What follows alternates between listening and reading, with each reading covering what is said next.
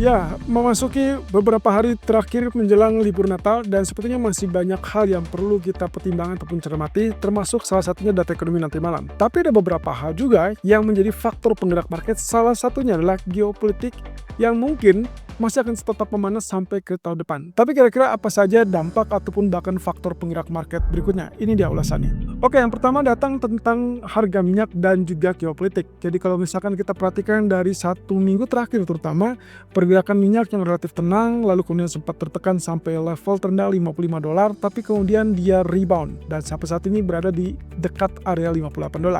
Kalau memang kecurigaan kami benar bahwa yang sebelumnya kita kaitkan dengan entah itu musiman ataupun mungkin lebih kepada faktor tekanan geopolitik, maka kemungkinan ini akan terus berlanjut karena ada beberapa faktor geopolitik yang bisa dikategorikan sebagai penggerak utamanya. Dan sepertinya perang ataupun konflik ini masih akan berlanjut teman-teman sampai tahun 2026 ke depan.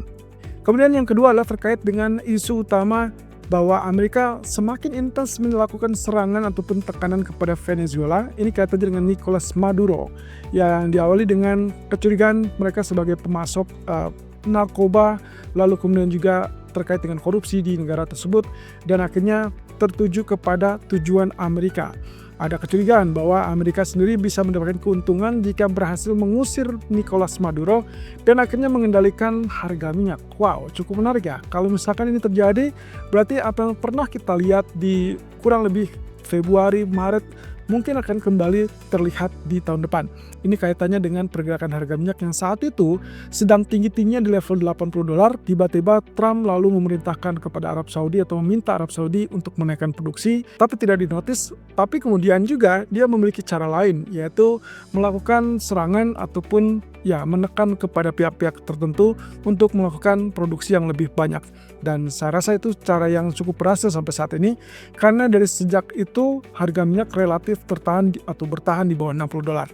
Kira-kira apa yang kita maksud ini? Apakah berarti ada tanda-tanda yang tertentu bahwa ini memang tujuan yang ditentukan oleh Trump sendiri supaya dia bisa menguasai minyak Venezuela dan akhirnya bisa melimpahkan ataupun bahkan memasok lebih banyak ke pasar?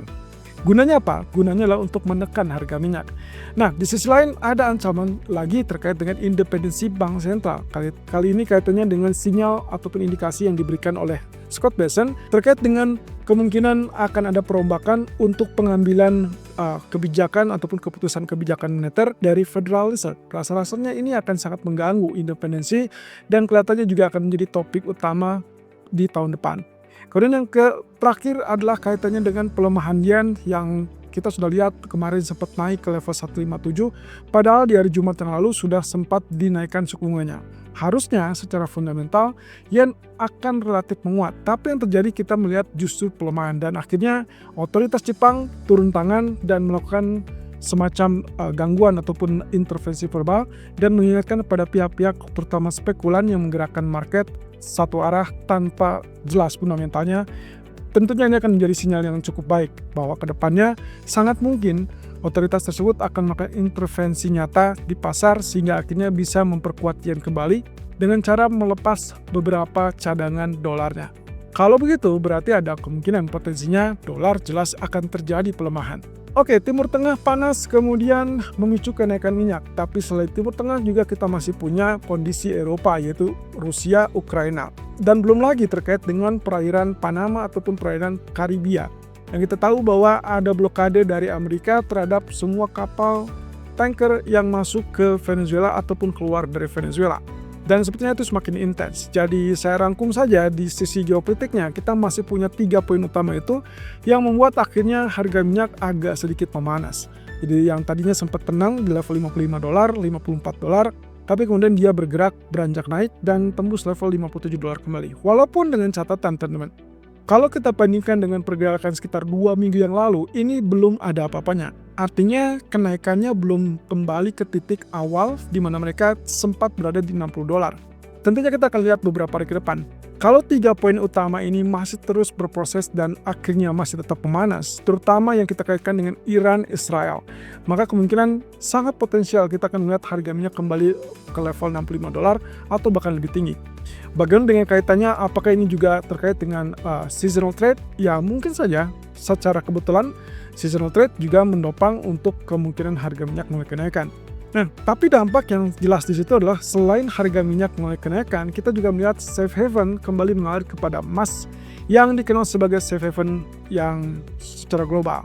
Nah, posisi ini tentunya mengakibatkan dorongan ataupun kenaikan yang lebih cepat, karena seperti yang kemarin kita bahas bahwa apapun yang terjadi pada geopolitik, panasnya geopolitik itu adalah sebagai bahan bakar tambahan yang mendorong harga emas mulai kenaikan. Sementara faktor makro fundamental ekonomi itu masih tetap menjadi alasan dasar kenapa kami lebih memilih atau memprioritaskan emas masih tetap akan naik, termasuk Santa Claus Rally yang sudah mendekat. So, dengan faktor-faktor ini ditambah lagi dengan faktor makro fundamental ekonomi, maka saya rasa emas sangat layak. Sebentar lagi kita akan melihat 4.500 atau bahkan ditutup akhir tahun dengan zona yang tertinggi. Nah, tapi masalahnya bagaimana nasibnya kalau misalkan semua ini selesai, atau dengan kata lain misalkan Rusia Ukraina damai. Seperti yang Anda lihat, poin-poin ada beberapa poin di situ, bukan hanya Rusia Ukraina. Artinya ini juga membenarkan apa yang kemarin kita bahas di live streaming, bahwasanya kalaupun Rusia Ukraina selesai, itu bukan berarti semua geopolitik selesai. Karena masih ada faktor ketidakpastian dari geopolitik lainnya, termasuk salah satunya Amerika, kemungkinan masih akan terus menjejal Nicolas Maduro untuk segera keluar dari Venezuela.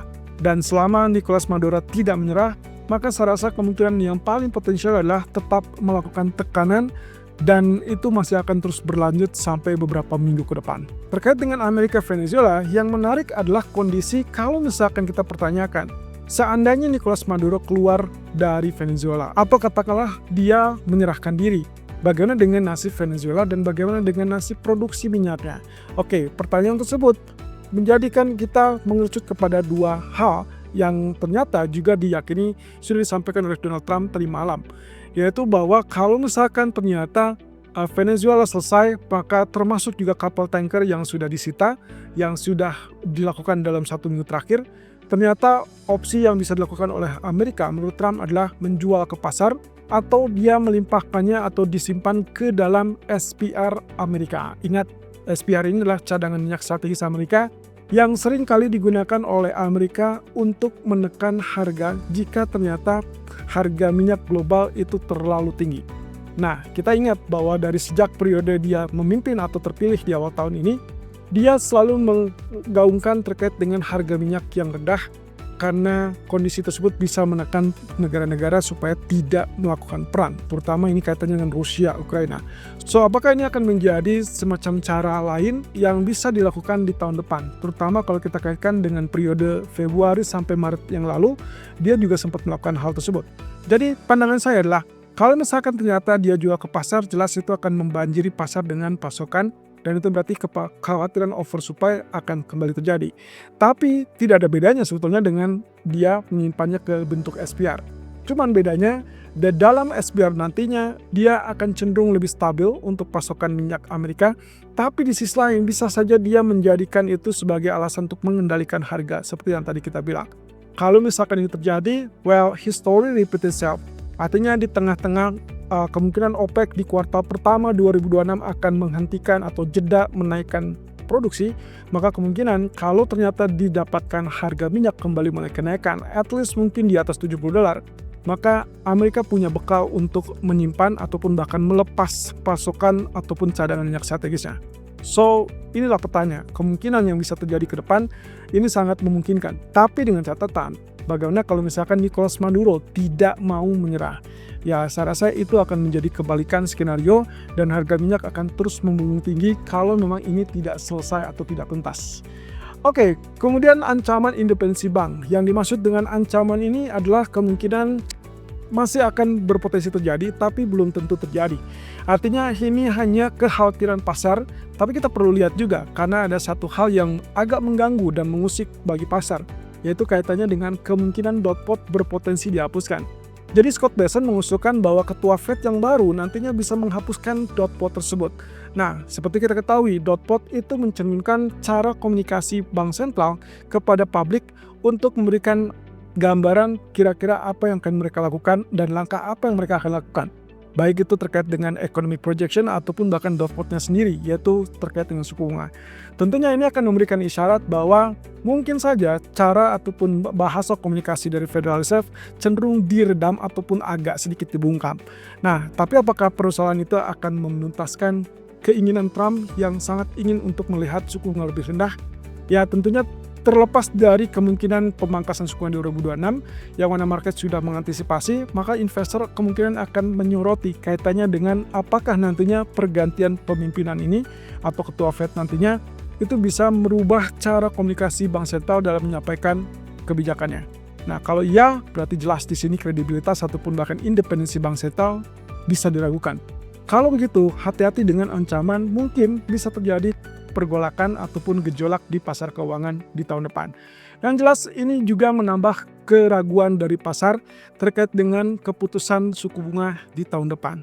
Tapi yang jelas market pun akan relatif senang dengan suku bunga yang relatif lebih rendah. Jadi ya kita tinggal tunggu saja apa yang akan terjadi saat ketua Fed Jerome Powell diganti. Oke, kemudian terkait dengan pemerintah Jepang yang mulai mengucurkan ataupun mulai intensif melakukan pantauan terhadap mata uang yen. Ya, sepertinya ini pernah kita bahas juga dan posisi ini akan semakin intens, berarti akan kita lihat kemungkinannya intervensi dalam waktu dekat. Cuman catatannya adalah selama intervensi tersebut hanya disampaikan sebagai kalimat verbal, maka itu yang kita sebut dengan intervensi verbal, maka kemungkinan potensi untuk penguatan yen itu relatif terbatas. Tapi beda cerita kalau misalkan yang dilakukan adalah dia melepas cadangan dolarnya, lalu kemudian membanjiri pasar dengan dolar, berarti kita akan lihat dolar yang akan relatif lebih lemah sehingga yen berpotensi mengalami penguatan. Dan itu juga berarti akan berdampak kepada pergerakan emas tentunya. Seperti yang kita pernah ingatkan sebelumnya, ini akan juga sangat sensitif kepada emas. So, emas berarti bukan hanya terkait dengan ekspektasi pemangkasan suku bunga dari Fed, pembelian bank sentral ataupun aliran dana ETF atau bahkan pembelian dari Asia. Tapi juga kita punya faktor tambahan, bahan bakar tambahan yang sangat jelas saat ini sedang bergulir adalah terkait dengan geopolitik.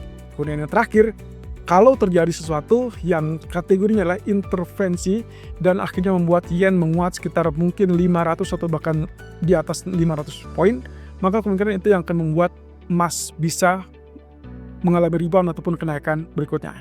Ya, cukup menarik, tapi masalahnya adalah kita tidak tahu kapan dia akan lakukan.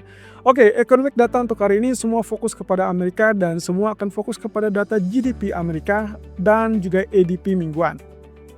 Khusus untuk yang saya berikan tanda tanya itu adalah bahwa posisi sampai saat ini data PCE belum bisa ditampilkan atau diragukan ditampilkan. Kalau Anda ingat di hari Jumat pernah ada rilis data ini tapi tidak jadi. Kemudian di hari Senin pun sempat muncul tapi juga tidak jadi dirilis. Nah, nanti malam kemungkinan besar ini pun belum tentu akan dirilis. Tapi kalau kita lihat di masa-masa normal sebelum shutdown, waktu itu memang PCE itu selalu dikaitkan ataupun dirilis baik itu satu hari bersamaan dengan GDP atau satu hari setelah GDP. So kita akan lihat nanti malam. Kalaupun misalkan dirilis, maka harapannya adalah angka tersebut relatif lebih stabil atau relatif lebih rendah. Sehingga dampaknya nanti akan kelihatan seperti data CPI kemarin. Tapi kalau tidak dirilis, maka fokus Anda adalah murni kepada ADP Employment atau ADP Weekly, ADP mingguan, dan juga data dari GDP. Kalau keduanya datanya relatif lebih rendah daripada ekspektasi, maka kita akan mendapatkan bahan baku tambahan atau bahan dorong tambahan untuk emas ataupun bahkan indeks saham, terjadi rally tambahan untuk center class rally. So, kira-kira bagaimana? Apakah dia akan melemah atau akan menguat?